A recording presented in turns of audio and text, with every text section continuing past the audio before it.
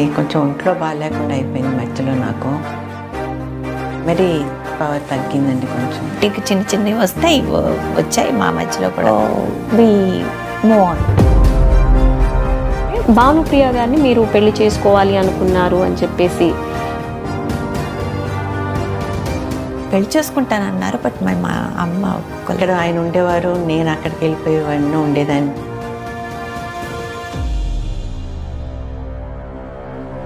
నమస్తే friends, welcome to C R ముచ్చట్లు. Friends, జీవితం ఎప్పుడూ ఒకేలా ఉండదు. ఉన్నత స్థాయిలో ఉన్న వ్యక్తి ఒక్కసారిగా పతనమైతే ఎవరికీ అవసరం లేని వ్యక్తి ఒక్క రోజులోనే ధనవంతుడవుతాడు. ఇక ముఖ్యంగా సినిమా రంగంలో హిట్ సినిమాలు ఇస్తున్నంత వరకు అందరూ ఆ నటుల వెనుక నిలబడతారు. వారి కోసం ప్రాణాలిచ్చేందుకు కూడా వెనకాడరు. కానీ వారికి వయసు పెరిగే కొద్దీ తెర వెనకకి వెళ్తున్న వారు చనిపోయినా పట్టించుకొని ఘటనలు మన కళ్ళ ముందే ఎన్నో ఉన్నాయి. ఇక ఇదే కోవలో ఒకప్పటి స్టార్ హీరోయిన్, డాన్సింగ్ సెన్సేషన్ గా పేరు పొందిన భానుప్రియ కూడా 150 సినిమాల్లో నటించి మంచి గుర్తింపు తెచ్చుకున్న ఈమె జీవితంలో తాను తీసుకున్న ఒక నిర్ణయం వల్ల తన 58 ఏళ్ల వయసులో పూర్తిగా జ్ఞాపక శక్తిని కోల్పోయి ఒకవైపు సినిమాల్లో ఛాన్సులు రాక మరోవైపు ఆమెను పట్టించుకునేవారు లేక ఆర్థికంగా చాలా ఇబ్బందులను ఎదుర్కొంటుంది. అసలు భానుప్రియకి డైరెక్టర్ వంశీకి ఉన్న సంబంధం ఏంటి? భానుప్రియ ఎందుకు యుఎస్ఏలో రహస్యంగా పెళ్లి చేసుకుంది? తల్లి వల్లే భానుప్రియ జీవితం నాశనమైందా? భానుప్రియ చేసిన ఆ తప్పు వల్లే తనకి మెమొరీ లాస్ అయిందా అనే నమ్మలేని నిజాల్ని ఈ వీడియోలో చెప్పడానికి నేను ప్రయత్నిస్తాను. మీరు మాత్రం ఈ వీడియోని పూర్తిగా చూడండి. ఎన్నో టీ రుచులతో మీరు అలసిపోయి ఉంటారు. అందుకే మీకోసం బేబర్ చాక్లెట్ ని తీసుకొస్తున్నాం. ఇది రుచికి రుచి, ఆరోగ్యానికి ఆరోగ్యం. ఇందులో ఉండే ఫ్లవనాయిడ్లు రక్తనాళాలని వృద్ధి చేసి గుండె ఆరోగ్యాన్ని పెంచుతుంది. చాక్లెట్ టీ తాగడం ద్వారా ఒంట్లో కొవ్వు పెరగడాన్ని నియంత్రిస్తూ మతిమరుపుని కూడా తగ్గిస్తుంది. స్క్రీన్ పై కనిపిస్తున్న కూపన్ కోడ్ ని ఉపయోగిస్తే ఫస్ట్ 20 ఆర్డర్స్ కి 20% డిస్కౌంట్ దొరుకుతుంది. త్వరపడండి. ఇప్పుడు అమెజాన్, ఫ్లిప్కార్ట్ లో కూడా అవైలబుల్ గా ఉన్నాయి. కానీ మన వెబ్సైట్ లో ఆర్డర్ చేసుకుంటే మంచి ఆఫర్స్ ఉన్నాయి. మంగబాను అలియాస్ భానుప్రియ. ఈమె 1967 జనవరి 15న ఆంధ్రప్రదేశ్లోని రాజమండ్రిలో ఒక మధ్యతరగతి బ్రాహ్మణ కుటుంబంలో జన్మించింది. తండ్రి మంగ పాండుబాబు, తల్లి రాగమాలి. ఈమెకి శాంతిప్రియ అనే చెల్లెలు, గోపాలకృష్ణ అనే తమ్ముడు కూడా ఉన్నారు. ఇక భానుప్రియ తండ్రి టైలర్ గా పనిచేస్తే తల్లి భర్తకి చేదోడు వాదోడుగా ఉంటూ వారిద్దరు కుటుంబాన్ని పోషించేవారు. ఇక అలా చిన్నప్పటి నుండి తల్లిదండ్రులకి టైలరింగ్ పనుల్లో సహాయంగా ఉన్న భానుప్రియ కూడా టైలరింగ్ పై మంచి పట్టును సాధించింది. ఇదిలా ఉంటే రోజు రోజుకి రెడీమేడ్ బట్టలు వచ్చి వీరి దగ్గర బట్టలు కుట్టించుకునే వారి సంఖ్య తగ్గడంతో ఆర్థికంగా చాలా ఇబ్బందుల్ని ఎదుర్కోవాల్సి వచ్చింది. దీంతో తన తండ్రి పని నిమిత్తం చెన్నైకి వెళ్లాలని డిసైడ్ అయ్యాడు. ఎందుకంటే ఫిలిం ఇండస్ట్రీ మొత్తం అప్పట్లోనే చెన్నైలో ఉండడంతో అందులో కాస్ట్యూమ్స్ స్టిచ్ చేసే వారికి మంచి డిమాండ్ ఉందనే విషయం తెలిసి భానుప్రియ తండ్రి ఫ్యామిలీతో సహా మద్రాస్కి వెళ్లి సెటిల్ అయ్యారు. అలా నిదానంగా భానుప్రియ తండ్రికి సినిమాల్లో పనిచేసే మేనేజర్స్, కాస్ట్యూమర్స్ తో మంచి పరిచయం ఏర్పడడంతో కొద్ది రోజుల్లోనే బిజియెస్ట్ టైలర్ గా మారాడు. ఇదిలా ఉంటే తన భర్తతో కలిసి అప్పుడప్పుడు షూటింగ్ స్పాట్ కి వెళ్తున్న భానుప్రియ తల్లికి తన ఇద్దరు కూతుర్లని సినిమాల్లోకి తీసుకురావాలని, హీరోయిన్స్ ని చేయాలని ఇంట్రెస్ట్ ఏర్పడింది. దీంతో భానుప్రియని 6 ఏళ్లున్నప్పుడే క్లాసికల్ డాన్స్ లో చేర్పించింది. ఇక భానుప్రియ తన స్కూలింగ్ ని కోడంబాకంలోని సరస్వతి విద్యాలయంలో చదివింది. చదువుల్లో అంతంత మాత్రమే ఉన్న భానుప్రియ స్కూల్ ప్రోగ్రామ్స్ లో తరచూ క్లాసికల్ డాన్స్ చేస్తూ, నాటకాల్లో కూడా పార్టిసిపేట్ చేస్తూ ప్రైజెస్ ని గెలుస్తుండేది.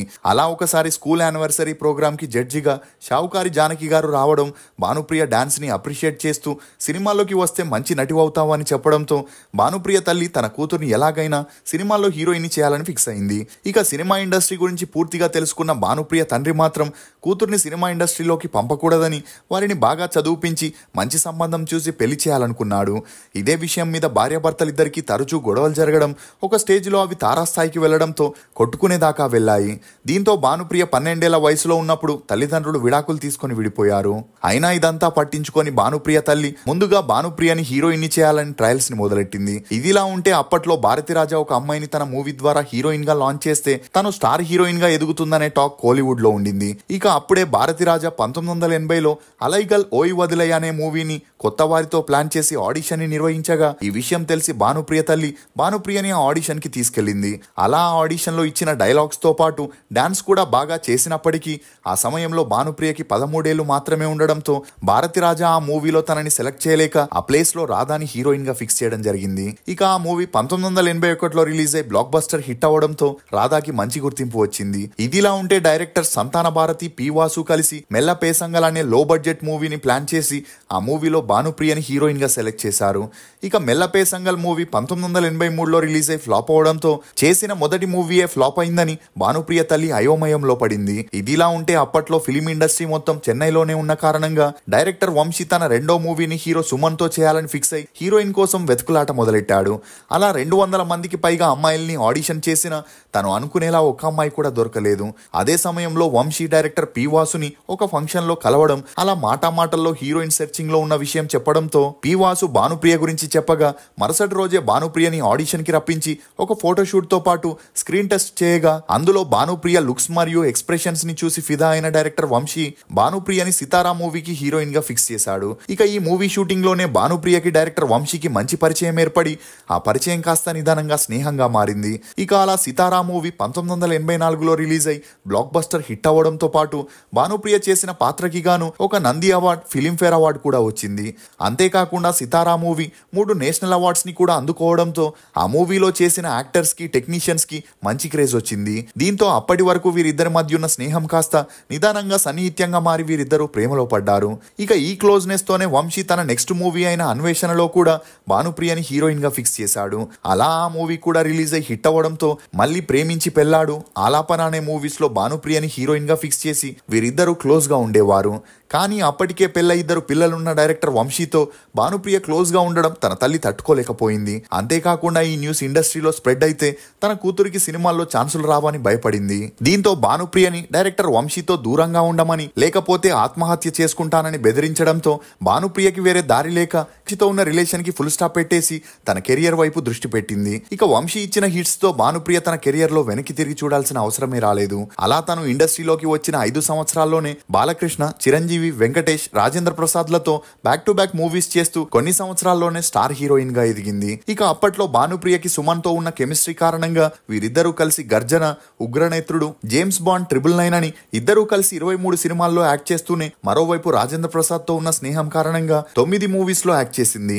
ఇదిలా ఉంటే అప్పట్లో డాన్స్ అంటే చిరంజీవి అంటేనే డాన్స్ అనే టాక్ ఉండేది. ఇక అలా హీరోయిన్స్ లో చిరంజీవికి ధీటుగా డాన్స్ చేస్తూ తనకి పోటీ ఇచ్చే ఏకైక హీరోయిన్ భానుప్రియ అనే చెప్పొచ్చు. అలా ఈమె అప్పట్లో డాన్సింగ్ సెన్సేషన్ అనే పేరుని కూడా తెచ్చుకుంది. ఇక అలా చిరంజీవితో కలిసి భానుప్రియ స్టేట్ రౌడీ, పసివాడి ప్రాణం, దొంగ మొగుడు, విజేత అని వీరిద్దరూ కలిసి 14 మూవీస్ లో యాక్ట్ చేసి మంచి పేరుగా గుర్తింపు పొందారు. ఇక భానుప్రియ 1983 నుండి 1993 వరకు స్టార్ హీరోయిన్ గా బిజీగా ఉంటూ 100 సినిమాల్లో యాక్ట్ చేసింది. ఇక అలా అన్ని మూవీస్ లోకెల్లా భానుప్రియ వెంకటేష్ తో కలిసి చేసిన స్వర్ణకమలం, శ్రీనివాస కళ్యాణం అనే సినిమాలు ఈమె కెరియర్ లోనే బెస్ట్ సినిమాలని చెప్పొచ్చు.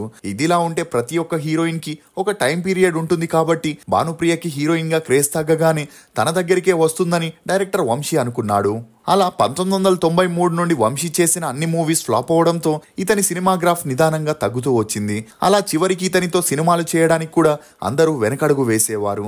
ఎందుకంటే ఇతను భానుప్రియకి దూరం అయ్యాక మద్యానికి బానిస ఎప్పుడు మత్తులోనే ఉండడంతో మూవీస్ వైపు కాన్సన్ట్రేట్ చేయలేకపోయేవాడు. దీంతో భానుప్రియ వంశీని పూర్తిగా అవాయిడ్ చేసి మాట్లాడకపోవడంతో వంశీ మానసికంగా కృంగిపోయి అప్పటి నుండి తామిద్దరి లవ్ స్టోరీని ఇండస్ట్రీలో ప్రతి ఒక్కరికి చెప్పడం మొదలెట్టాడు. ఇక అలా వీరి న్యూస్ అన్ని చోట్ల స్ప్రెడ్ అవ్వడంతో భానుప్రియకి బయటి నుండి కూడా పెళ్లి సంబంధాలు వచ్చేవి కావు.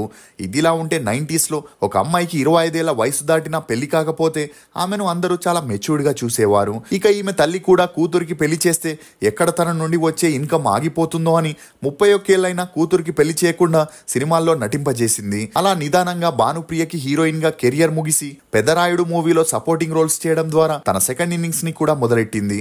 ఇదిలా ఉంటే భానుప్రియ తరచూ స్టేజ్ పై క్లాసికల్ డాన్స్ పర్ఫార్మెన్స్ ని ఇస్తుండేది. అలా ఒకసారి చెన్నైలో జరిగిన ఒక ప్రోగ్రామ్ ని చేసేటప్పుడు క్లాసికల్ డాన్సర్ గా మంచి పేరున్న సుమతి కౌశల్ అనే ఆమె తన కొడుకైన ఆదర్శ్ ని ఆ డాన్స్ ప్రోగ్రామ్ కి తీసుకురావడంతో అక్కడే భానుప్రియకి ఆదర్శ్ తో మంచి పరిచయం ఏర్పడింది. ఇక ఆదర్శ్ USA లో గ్రాఫికల్ డిజైనర్ గా, ఫోటోగ్రాఫర్ గా పనిచేస్తూ అక్కడే సెటిల్ అయ్యాడు. ఈ క్రమంలోనే ఆదర్శ్ కి ఇంట్లో పెళ్లి చేయాలని అమ్మాయిని వెతుకుతున్నప్పుడే భానుప్రియతో అతనికి పెరిగిన మంచి స్నేహం కారణంగా ఆమెతో ప్రేమలో పడ్డాడు. ఇక ఇదే విషయం భానుప్రియ తన తల్లికి చెప్పగా అందుకు తల్లి మాత్రం ఒప్పుకోకుండా సినిమా సినిమాల్లో ఇప్పుడు బిజీగా ఉన్నావు, పెళ్లి చేసుకున్నాక ఆఫర్స్ రాకపోతే మళ్ళీ తమ ఆర్థిక పరిస్థితి మొదటికి వస్తుందని చెప్పడంతో తనకి పెళ్లి చేసే ఉద్దేశం తన తల్లికి లేదని అర్థం చేసుకున్న భానుప్రియ ఆదర్శ్తో పరిచయమైన కొన్ని రోజులకే వెనక ముందు ఆలోచించకుండా అతన్ని పెళ్లి చేసుకోవాలని డిసైడ్ అయింది. దీంతో ఇంట్లో చెప్పకుండా 1998లో భానుప్రియ యుఎస్ఏకి వెళ్లి తన 32వ ఏటకి ఆదర్శ్ని ఒక టెంపుల్లో సింపుల్ గా పెళ్లి చేసుకొని న్యూ లైఫ్ ని స్టార్ట్ చేసింది. ఇక ఈ విషయం తెలియగానే భానుప్రియ తల్లి తనతో ఉన్న సంబంధాన్ని తెంచుకొని భానుప్రియ అప్పటి వరకు సంపాదించిన ఆస్తులన్నీ తన కొడుకు పేరు మీద రాసేసింది. అయినా అదంతా పట్టించుకోకుండా భానుప్రియ తన ఫ్యామిలీ లైఫ్ ని ఎంజాయ్ చేయాలని డిసైడ్ అయింది. ఇక అలా పెళ్లైన కొత్తలో అన్ని బాగానే సాగినప్పటికీ కొన్ని నెలల తర్వాత ఆదర్శ్కి ఉన్న మద్యం అలవాటు, గర్ల్ ఫ్రెండ్స్ గురించి తెలిసి వీరిద్దరికి గొడవలు మొదలయ్యాయి. అందుకు తోడు అతను మత్తు మందుకి కూడా బానిసవ్వడం, ఖర్చులకి కూడా ఈమెకి డబ్బులు ఇవ్వకపోవడంతో ఆర్థికంగా చాలా సమస్యల్ని ఎదుర్కోవాల్సి వచ్చింది. దీంతో భానుప్రియకి వేరే దారి లేక మళ్ళీ సినిమాల్లో యాక్ట్ చేయాలనుకున్న, అందుకు తన భర్త ఒప్పుకోకపోవడంతో బిడ్డ పుడితేనైనా అన్నీ సర్దుకుంటాయని భానుప్రియ 2000 సంవత్సరంలో అభినయ అనే కూతురికి జన్మనిచ్చింది.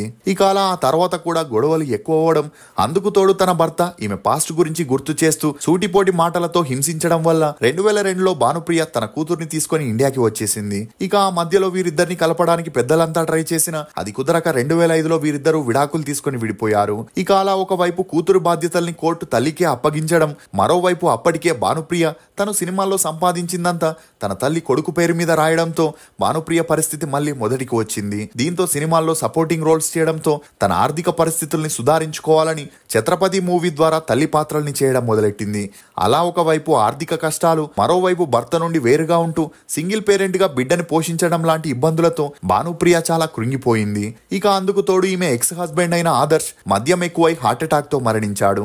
అలా భర్త నుండి విడాకులు తీసుకున్న తర్వాత తనకి తోడు నీడగా ఉంటున్న తల్లి కూడా ఈ లోకాన్ని వదిలి వెళ్లిపోవడంతో భానుప్రియ మానసికంగా చాలా డిస్టర్బ్ అయింది. అంతేకాకుండా తను సరైన సమయానికి ట్రీట్మెంట్ తీసుకోకపోవడం వల్ల ఈమెకి మెమోరీ లాస్ వచ్చిందని చెప్పొచ్చు. ఇక ఎప్పుడైతే ఈమెకి ఉన్న మెమోరీ లాస్ ఎక్కువైందో సినిమాల్లో లెంతీ క్యారెక్టర్స్ ఇవ్వకుండా చిన్నా చితిక పాత్రలను ఇవ్వడం మొదలెట్టారు.